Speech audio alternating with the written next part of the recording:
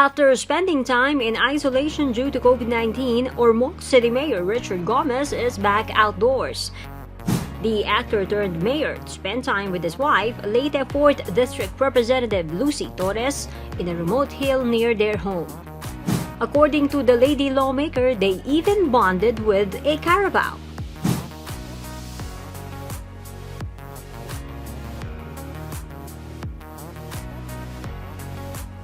Despite being fully vaccinated, Gomez tested positive for COVID-19 last July 17. While on quarantine, Ormoc Vice Mayor Leo Carmelo Locsin Jr. temporarily took over some of the local chief executive's functions at the City Hall.